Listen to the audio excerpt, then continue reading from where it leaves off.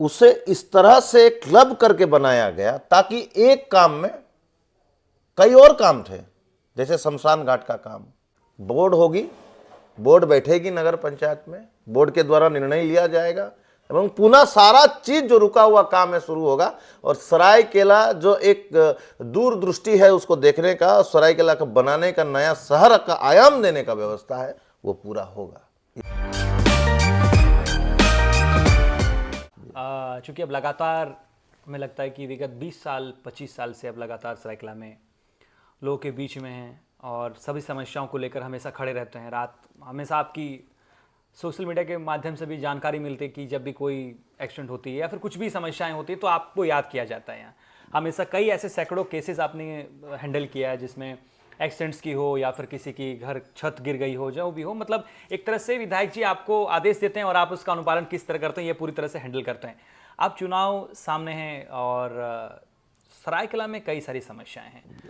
जैसे पहला तो यहाँ पानी की समस्या है जिसको लेकर हमेशा आप एसडीएम कार्यालय में धरना की बात की जाए या फिर वहाँ मीटिंग में बात रखने की बात की जाए या फिर डीसी ऑफिस में लगातार आप पानी को लेकर जो है, पानी की समस्या नगरवासियों को ना हो इसको लेकर लड़ते रहे हैं। बस स्टैंड की नहीं है, यहाँ बस स्टैंड तो दी गई लेकिन ऐसे जगह पे इसको मतलब एक तरह से सफेद हाथी साबित कर दिया गया। ऐसे जगह में बस स्टैंड कर दी गई जहाँ ऑटो ना जा सके तो वहाँ बस कैसे जाएगी। तो बहुत सारा जिस तरह नगर, ये सरायकेला जो नगर है ये कला नगरी कहा जाता है, विख्यात है देश भर में ही नहीं, मतलब विदेशों में भी लोग इसको जानते हैं इसकी कलाकारी की वजह से। तो एक सुसज्जित ढंग से जिस तरह होना चाहिए, क्योंकि आप तो लगातार कोशिश कर ही रहे हैं। विधायक जब मुख्यमंत्री जी हमारे विधायक जी, तब उन्होंने लगातार जिस तरह शमशान घाट का निर्माण करवाया, वहाँ की सौंदर्यकरण करवाई, उसके बाद पार्क करवाया, तमाम चीज़ें तो हो ही रही हैं। और कुछ नगर में क्या कुछ वार्ड ऐसे यदि क्लोज लुक देखा जाए तो उसको लेकर क्या कुछ प्लान है?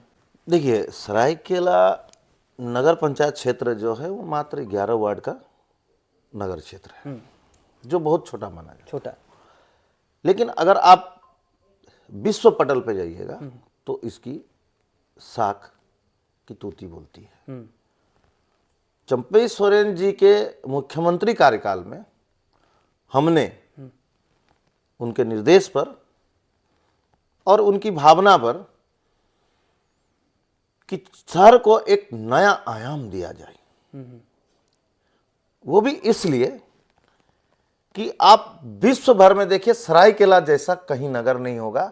इतना छोटा सा नगर में यहां पे 8 पद्मश्री हैं।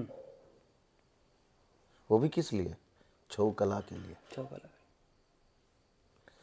जब देश आजाद नहीं हुआ था तब सरायकेला में डॉलर आते थे। बड़ी आश्चर्यजनक चीज है। जब मैं ये सारी प्रोजेक्टों को लेके पहुंचा वहां पे, इसमें 15 मुख्य काम थे। उसकी लिस्ट थी लंबी चौड़ी। उसकी अनुशंसा चंपई सोरेन जी ने किया और मैंने दिन रात लगकर, जैसे सबसे बड़ा समस्या था हमारे यहाँ शमशान घाट का।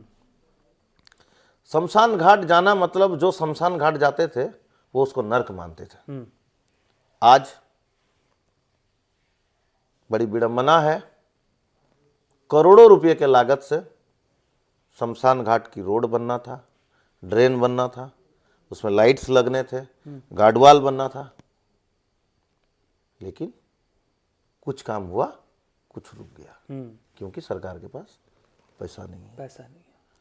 उसे इस तरह से क्लब करके बनाया गया ताकि एक काम में कई और काम थे। जैसे शमशान घाट का काम, राजेश साहू जी के जो बगान है वहां से जगन्नाथ मंदिर तक का रोड, कालीकरण रोड, उसका कालीकरण था। उसके बाद मलिक वन से लेकर राजा घर तक का कालीकरण रोड। उसके बाद सुबोध हाजरा जी के घर से आपका उद्यान जो बन रहा है, बड़ा सा एक उद्यान है आपका द्वान साहिब पार्क, उसमें एक जेटिंग पॉइंट है, उसमें एक वाटर रिजर्वर है। वाटर रिजर्वर का 1 मीटर लगभग और ऊंचा होना था, उसको 1 मीटर ऊंचा होता तो पानी लबालब भरा रहता वहां पर, और उसमें एक जेटिंग पॉइंट होता और भूसा पाट तक जाने के लिए एक हैंगिंग पुल का निर्माण होने वाला था। ये सारी योजनाएं रुक गई।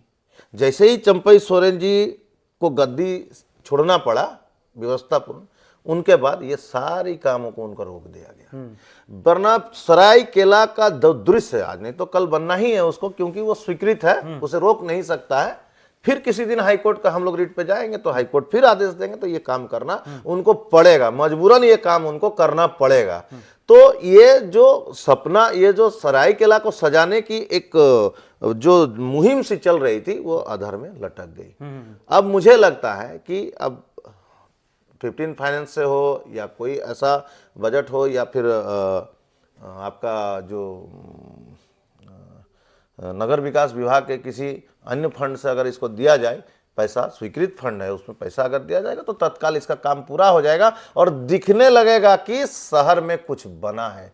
2 टाउन हॉल और हैं, उसका काम रुका पड़ा है, उसमें टीएस होके पड़ा हुआ है। कई ऐसी योजनाएं हैं जो अधर में लटकी हुई हैं अभी भी, सिर्फ सरायकेला का नहीं है, उसमें आदित्यपुर की कई योजनाएं हैं।